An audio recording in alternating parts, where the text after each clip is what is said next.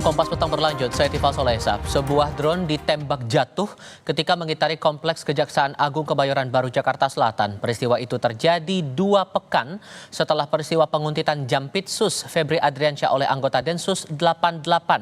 Anda akan melihat foto-foto, ini dia yang didapat Kompas TV terkait drone yang ditembak jatuh tim pengamanan Kejaksaan Agung. Dikutip dari kompas.id, drone tersebut diduga tengah memantau situasi di Kejaksaan Agung. Drone sempat berputar di atas gedung utama Kejagung dan melintas di depan gedung Jaksa Agung Muda Tindak Pidana Khusus. Drone itu pula diketahui sempat berputar di atas gedung Kartika yang merupakan kantor Jaksa Agung Muda Intelijen dan Jaksa Agung Muda Tindak Pidana Khusus. Drone berhasil dijatuhkan tim pengamanan Kejaksaan Agung. Drone tampak di atas puncak dia sekarang.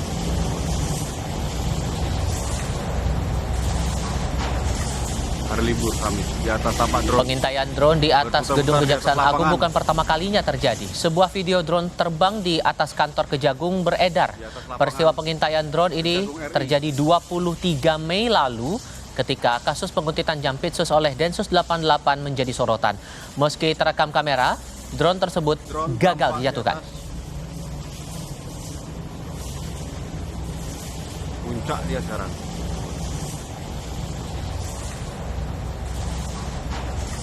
Hari libur Kamis, di atas tampak drone berputar-putar di atas lapangan. Di atas lapangan Kejagung RI.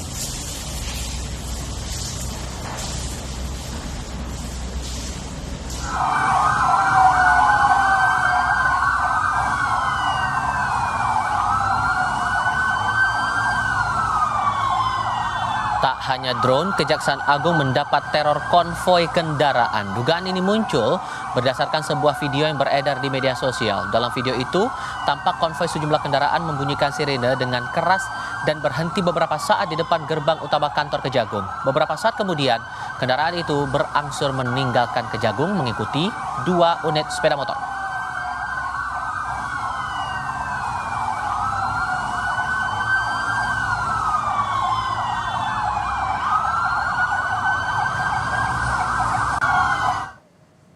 Kepala Pusat Penerangan Hukum Kejaksaan Agung, Ketut Sumedana mengatakan, jika drone yang melintas di atas Kejagung bukan pertama kalinya. Di tempat kami itu bukan kali ini aja kejadian drone. Sebelum-sebelumnya juga pernah ada drone. Ya, nanti kan dilihat apa muatan drone-nya, apa seperti apa, nanti saya coba konfirmasi.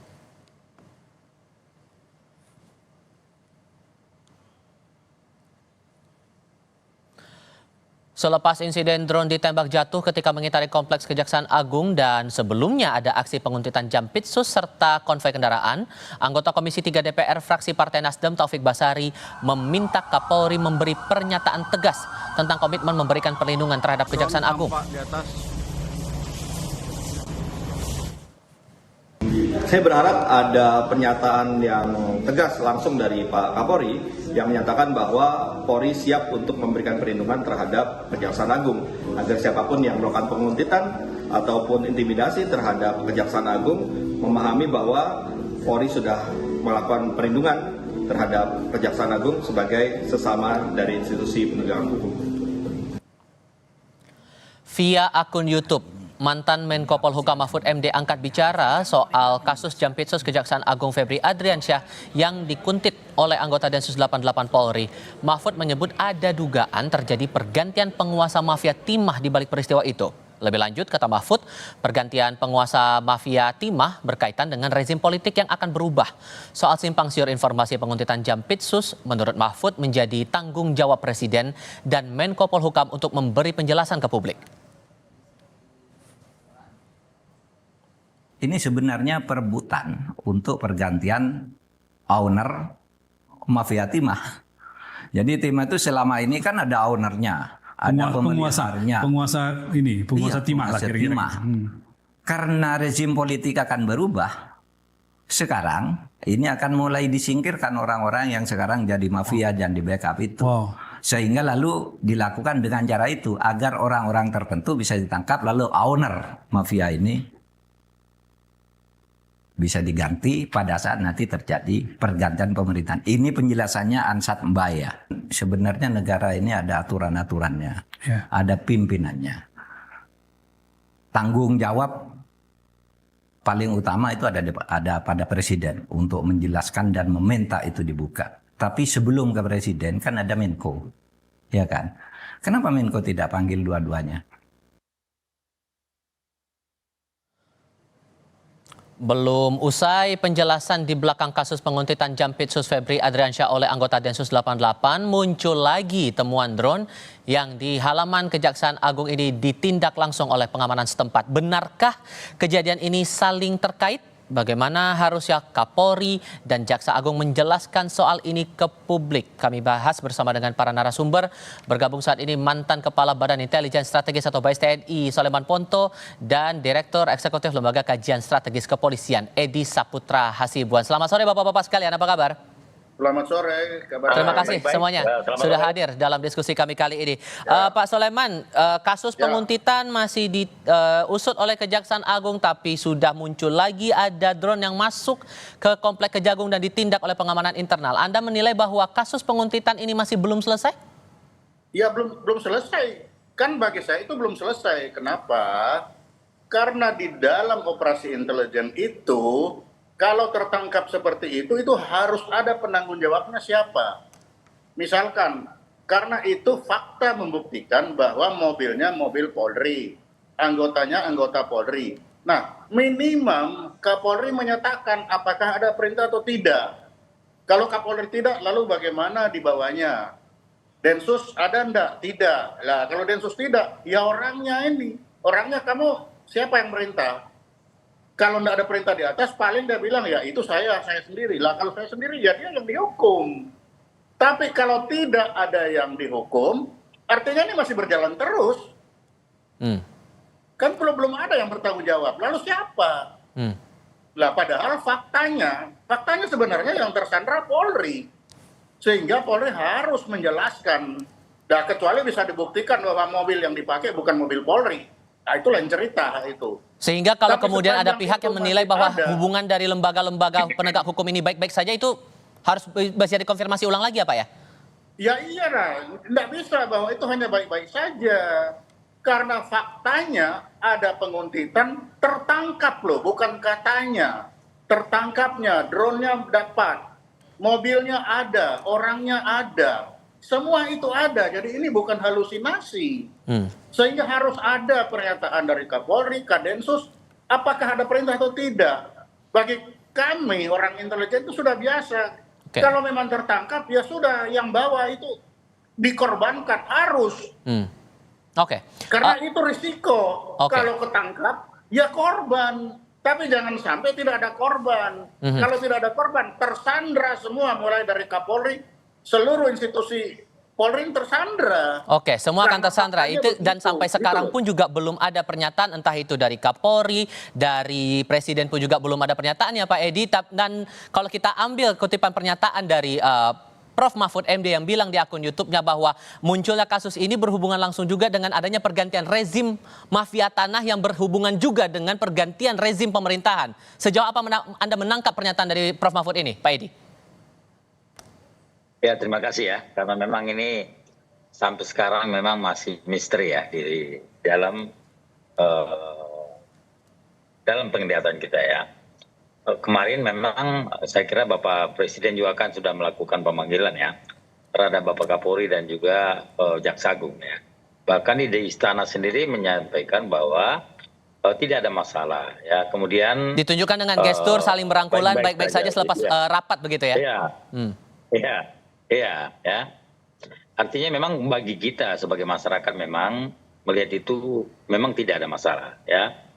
Cuman memang yang jadi masalah itu adalah masih masyarakat masih masih gelap ya, masih belum bisa menerima penjelasan memang tidak ada masalah, ya. Namun demikian kemarin juga Mabes Polri juga sudah menyampaikan bahwa tidak ada masalah, kemudian sudah juga dilakukan pemeriksaan di Paminal Biro Propos ya, Biro Paminal Mabes Polri ya.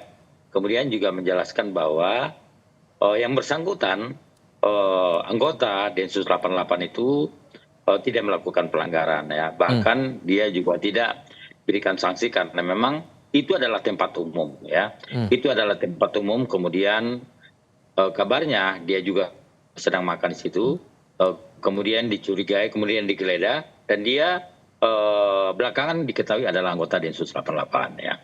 Yang jadi masalah adalah mungkin ada kesalahan ya di sini, ada salah paham atau mungkin ada komunikasi yang gimana ya, karena memang waktu itu ketika setelah terjadi penggeledahan yang dilakukan oleh polisi militer di sana ya, kemudian lalu koordinasi antara Jampitsus dengan Kabareskrim ya, kemudian lalu diamankan yang bersangkutan, lalu diperiksa di Propam Mabes Polri ya, dan sampai saat ini yang bersangkutan sudah dilepas ya, karena memang tidak ada pelanggaran atau sanksi yang diberikan kepada yang bersangkutan. Oke, sebatas salah pahamkah makanya kemudian kasusnya berentet sampai akhirnya muncul drone di lingkungan Kejagung itu, Pak? Nah, inilah sebetulnya kalau kita lihat ada drone ya kemarin, kalau nggak salah ini juga sudah dibantah oleh Mabes Polri, tidak pernah memiliki drone ya untuk sampai nyasar ke Kejaksaan Agung. Ya. Kemarin juga masalah mobil-mobil yang patroli itu memang di situ kan memang dijelaskan oleh Mabes Polri kemarin bahwa itu adalah patroli biasa, tidak ada kaitannya dengan apa yang terjadi atau terkait dengan penguntitan itu ya. Oke, itu dianggap patroli biasa dan sampai akhirnya tidak diputuskan itu bukan pelanggaran. Tapi menurut Anda Pak Ponto itu bentuknya pelanggaran atau tidak? Kalau berkaca dari bentuk tindakan yang dilakukan itu tadi? Loh, yang maksudnya ke Pak Ponto dulu Pak Edi, mohon maaf saya ke Pak Ponto dulu sebentar. Iya. Kalau bagi saya itu pelanggaran. Bagaimana orang sedang makan lari? Kalau memang tidak salah, kenapa lari? Lari satu tertangkap. Lah terus ngapain lari kalau nggak salah? Artinya kan ada sesuatu yang dilakukan. Setelah itu berlalu, lalu datanglah sepeda motor dan mobil itu. Apakah bisa dibenarkan motor datang brayer di depan Kejaksaan Agung, weng. Lalu mobil-mobil Land Rover tulisan Polri menggunakan ngoeng semua berhenti di depan itu setelah itu. Itu apakah kira-kira itu dibenarkan seperti itu? Ini tempatnya Kejaksaan Agung loh, bukan tempatnya yang lain. Kalau itu tempat lain ya bisa lah. Tapi ini tempat Kejaksaan Agung, baru selesai yang satu lari satu ditangkap, tiba-tiba ada itu dan itu dianggap tidak salah. Bagi saya itu aneh. Karena untuk penggunaan mobil untuk seperti itu apa dibenarkan? Masih banyak tanda tanya di balik kasus ini. Intimidasi. Masih banyak tanda tanya dari kasus ini dan ada tuntutan juga sebetulnya dari Prof. Mahfud MD lewat akun YouTube-nya tadi bahwa seharusnya Presiden dan Menko Polhukam harus bisa menjelaskan soal ini dan bisa mencari pokok persoalan di balik kasus ini. Tapi seberapa besar kemudian harapannya penjelasan dari Presiden dan Menko Polhukam soal ini? Jawabannya nanti ya Bapak-Bapak, kita lanjutkan usai jeda berikut.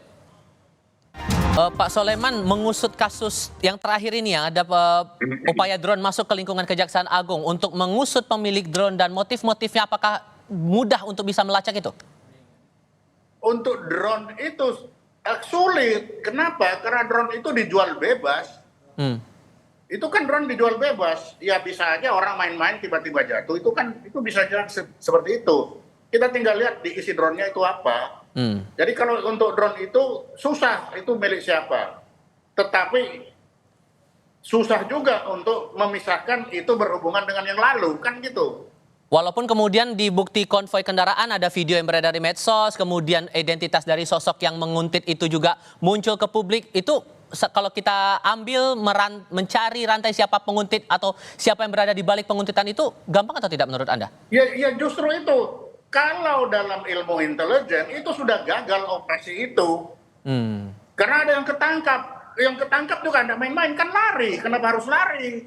Berarti ada sesuatu yang tidak benar yang dilakukan.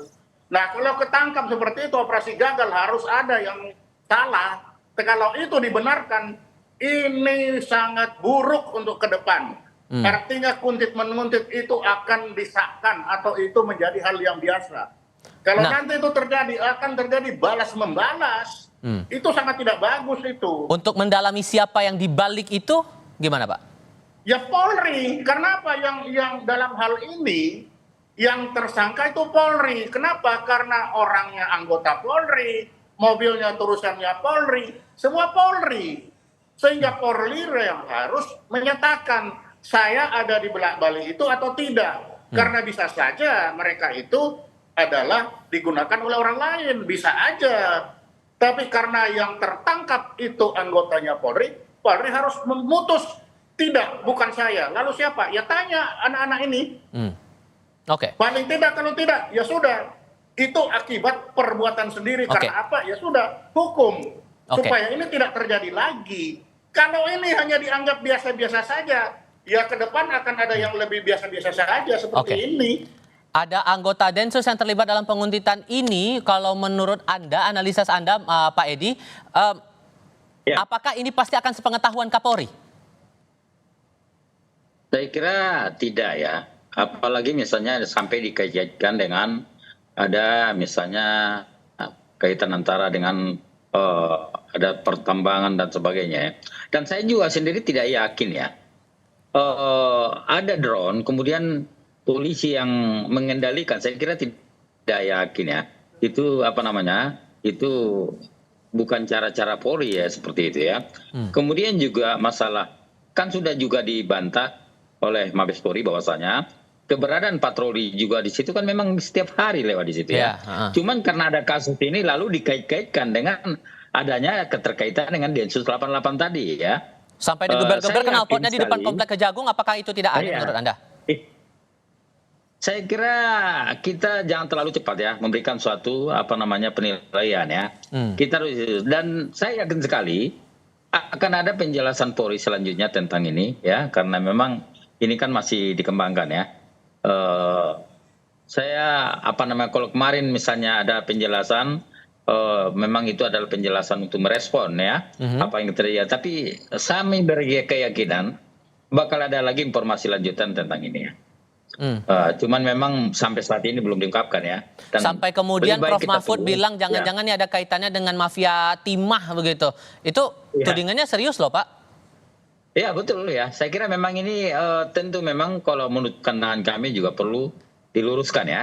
Perlu diklarifikasi ya terhadap adanya tudingan Pak Mahfud ya. Saya kira bagaimanapun juga ini harus diluruskan untuk tidak membuat persepsi liar ya yang ada di masyarakat ya. Karena ini memang ya ada dua lembaga penegak hukum ya, walaupun kita tahu misalnya di istana Kapolri dan Jaksa Agung, tapi karena memang masih berkembang terus, saya pikir memang perlu penjelasan lebih rinci tentang ini ya. Oke. Sampai dituding ada dugaan kaitan dengan mafia timah itu tadi yang ditudingkan atau dipandang oleh Prof Mahfud MD, Pak Soleman. Sebagai orang intelijen, sebetulnya untuk mengusut ini secara cepat, mencari jejak-jejak di balik kasus ini itu terbilang gampang atau tidak sih Pak sebetulnya? Kalau sudah terjadi seperti kemarin itu gampang itu. Kalau mau itu gampang itu. Karena itu sangat jelas loh. Kenapa lari? Nah itu kan itu lari. Siapa yang lari? Kalau memang tidak ada apa-apa ya jangan lari. Lah kenapa kamu harus lari? Lalu satu ketangkap, lalu datang. Itu kan bisa dihubungkan. Dan kalau kita mau itu bisa terjawab itu. Kenapa itu harus begitu? Tapi kalau memang kita niatnya menutup ya akan tertutup. Oke.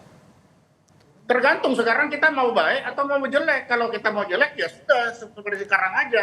Dan kalau saya nggak yakin hal ini terusut akan terulang tuntas lagi ke sampai depan. ke ujungnya, apa dampaknya menurut Anda Pak Soleman? Ya akan terjadi terulang lagi seperti begini. Karena apa? Ya ketangkap pun nggak apa-apa kok. Kan pasti akan begitu. Baik-baik saja nanti. Yang penting ini akan terulang. Harusnya itu tidak boleh begitu. Karena ini ketangkap. Lain kalau tidak ketangkap. Ini ketangkap basah. Dan satu melarikan diri. Kalau tidak melarikan diri, kalau benar-benar kenapa harus lari? Oke. Kan begitu. Singkat saja, dari Prof Mahfud meminta agar Presiden sampai Menko Polhukam juga menjelaskan dan mencari pokok masalah di balik kasus ini. Statement apa yang diharapkan oleh publik menurut Anda dari pernyataan Presiden dan Menko Polhukam ini soal kasus penguntitan ini sampai muncul drone di lingkungan Kejagung ini menurut Anda Pak Soleman? kalau bagi saya itu harus ada statement yang salah dalam ini siapa yang melakukan. Saya hanya mengejar penangkapan dan ngoeng-ngoeng itu. Ini siapa yang salah? Di balik itu kenakalan atau ada perintah. Kalau itu kenakalan, ya sudah kenakalan. Kamu salah, saya hukum. Karena kamu nakal. Tapi kalau tidak ada itu susah. Itu susah kita akan menyatakan ini akan baik-baik saja. Karena kenakalan itu ada. Nah, apakah dia nakal karena nakal atau karena nakal dibikin nakal? Kan itu. Oke, singkat saja Pak Edi. Mungkinkah ada penjelasan dari Presiden dan Menko Polhukam soal ini? Ya, saya kira nanti akan direspon oleh Polri ya. Kita tunggu saja. Nanti apakah memang tudingan daripada Pak Mahfud MD tadi ya apakah demikian ya. Saya kira memang saat ini masyarakat juga pasti menunggu ya informasi, klarifikasi dari Polri ya. Apakah memang ada keterkaitan dengan mafia tambang ya. Tapi saya yakin sekali kalau misalnya keberadaan dari termasuk drone tadi dan juga masalah patroli ya. Sebenarnya ini ramai sekali di media sosial ya. Dan saya yakin sekali tidak ada kaitannya dengan apapun juga ya. Itu aja. Apalagi misalnya drone katanya dari Polri, saya kira enggak ya kita ya. Soal itu ya. Sudah kami tangkap maksud Anda Pak Edi. Terima kasih banyak Pak Soleman Ponto juga terima kasih banyak sudah hadir dalam diskusi kami kali ini. Saya selalu semuanya. Selamat sore.